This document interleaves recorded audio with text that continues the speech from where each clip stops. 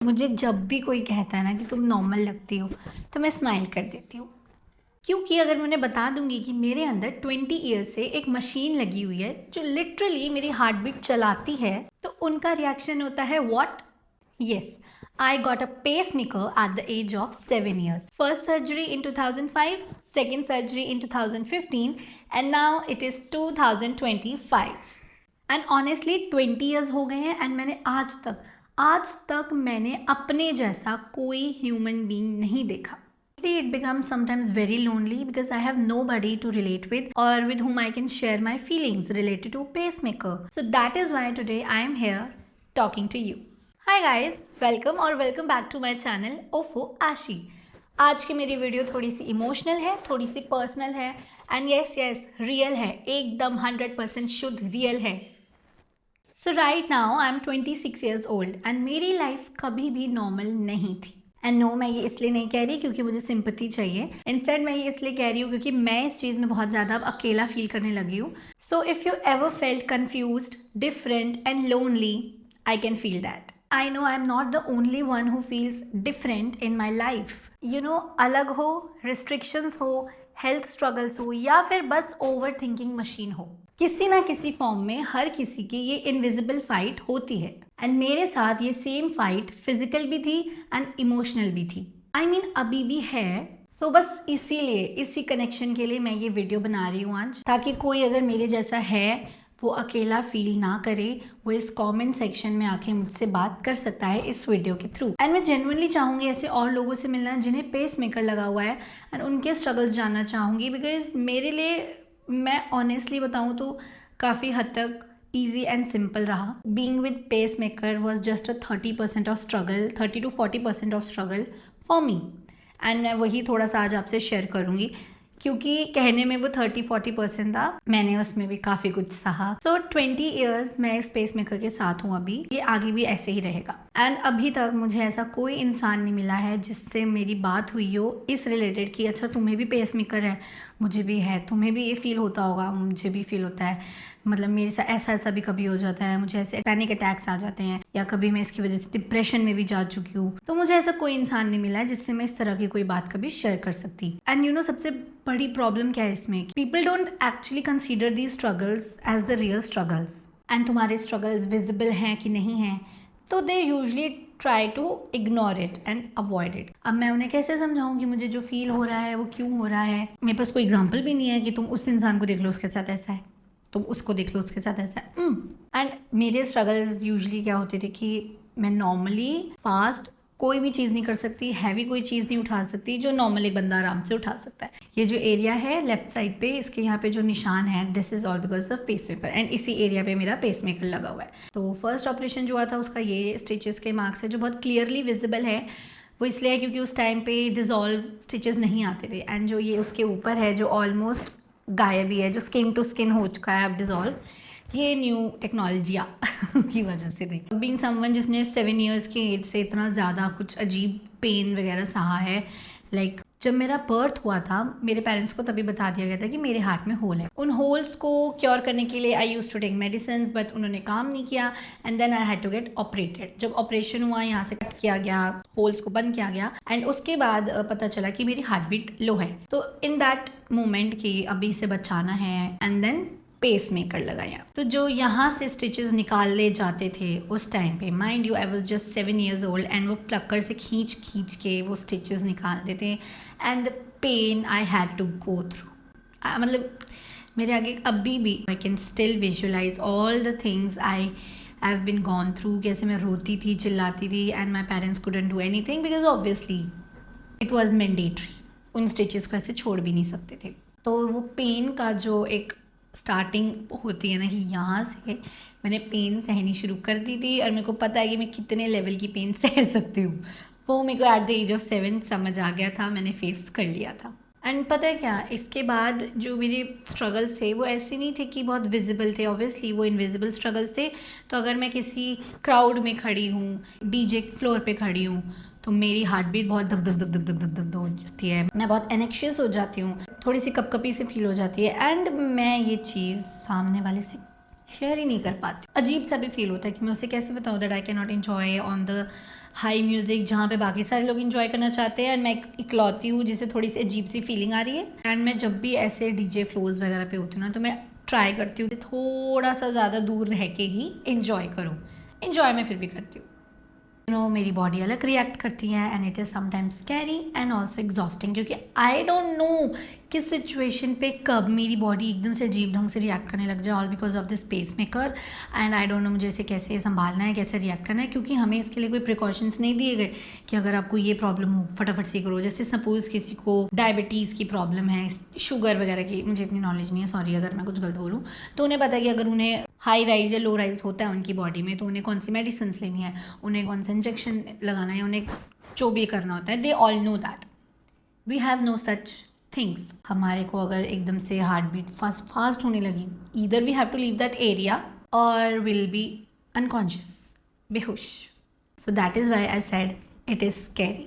Amusement parks वाले rides होते हैं, I can never do that, even though मेरा जितना मर्जी मन हो पैराग्लाइडिंग करने का, स्काई जंपिंग करने का, आई कैन नेवर डू दैट। ज़िंदगी ना मिलेगी दोबारा वाले जो वो आसमान से कूदने वाले एक्सपीरियंसेस हैं जो हर एक इंसान अपनी ज़िंदगी में करना चाहता है, मैं वो नहीं कर सकती।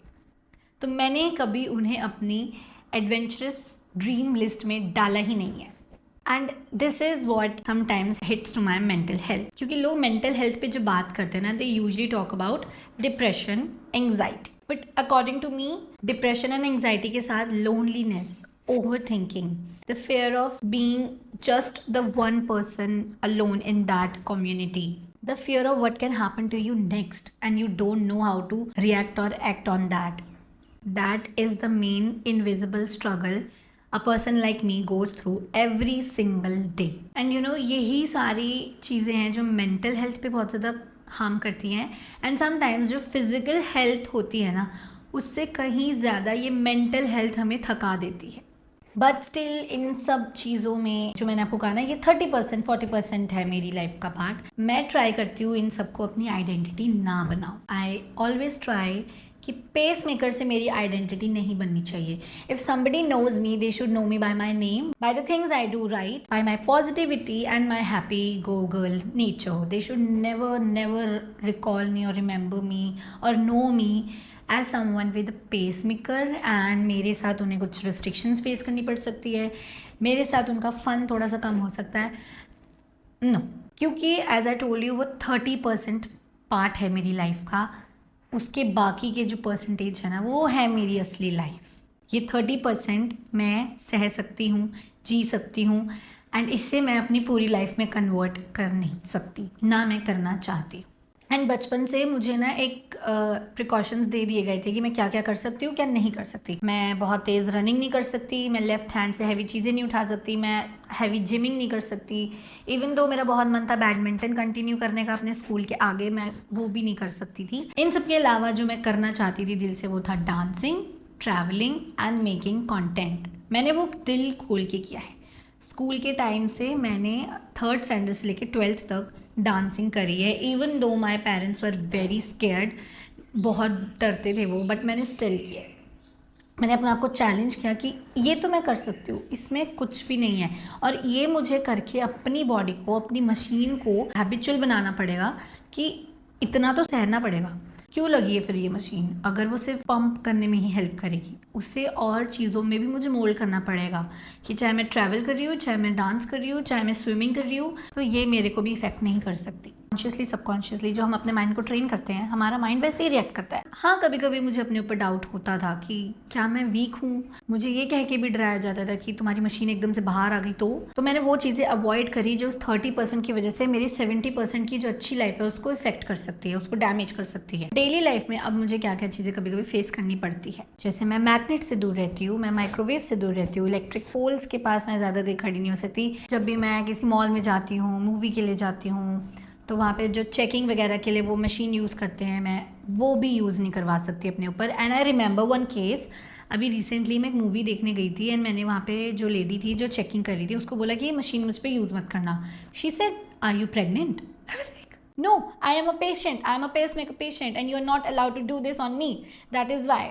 लोगों को बिल्कुल मुंह खोलने से पहले डर ही नहीं लगता, कुछ भी बोल देते हैं। इवन मैं कॉन्सर्ट्स में नहीं आज तक गई। इन सबके साथ साथ एक्स्ट्रा सेल्फ अवेयर रहना बहुत ज़्यादा पड़ता है। स्मार्ट वॉचेस भी नहीं पहनती, उसमें तो प्रॉपर मैग्नेट होता है। पर क्या ये सारी चीज़ें हमें किसी नॉर्मल इंसान से कम बनाती हैं? Not at all. मैं ये कहना चाहती हूँ कि मैंने अपनी वो 30% वाली चीज़ को अपनी 70% में आने नहीं दिया। The only difference I see in me and a normal person is कि वो बिना सोचे कर लेते कोई भी चीज़, और मुझे 2-3 सेकेंड्स लगते हैं उस चीज़ को सोच के समझ के करने में। That is it. And 2-3 second में क्या बुराई है?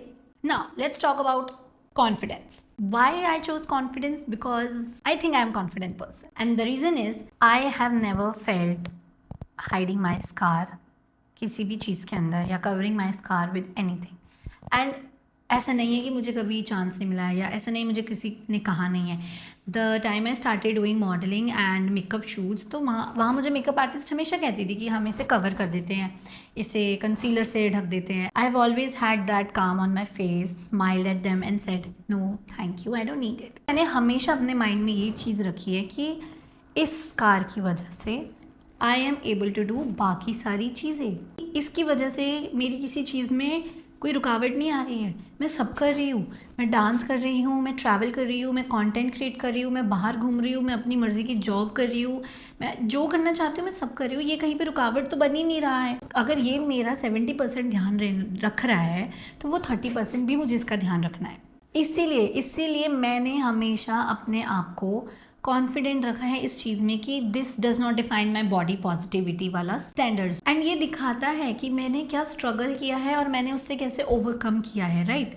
तो मेरे लिए तो it is like a gift. Grateful समझती हूँ कि मेरे डैड ने इसकी वजह से मेरे लिए कितना ज़्यादा कुछ सेक्रीफाइस किया है। मेरे लिए ज़मीन पे सोते थे, मेरे लिए हॉस्पिटल्स के चक्कर खाते थे। मैं इस चीज़ से कभी हेट ही नहीं कर सकती, इसलिए मैंने कभी इस चीज़ के लिए अपने आप को हार्म नहीं किया, अपने आप पे कभी इस चीज़ को इफेक्ट नहीं होने दिया, एंड अपने पेरेंट्स को कभी ये फील नहीं होने दिया कि ये चीज़ मुझे बहुत ज़्यादा हर्ट करती है। And I am kind of proud of my self for this, क्योंकि मेरी ये इस एज में मेरे दिमाग में ये बातें आ गई थी जब यूजुअली लड़कियों के दिमाग में ब्यूटी स्टैंडर्ड्स हिट करने शुरू कर देते हैं। मैं किसी को यहाँ प्रूव नहीं करना चाहती, लेकिन मैं अपनी यंगर सेल्फ से बहुत ज़्यादा प्राउड फील करती हूँ। अगर मैं आज उसे कुछ कहना चाहूँगी तो मैं यही कहना चाहूँगी कि थैंक यू सो मच।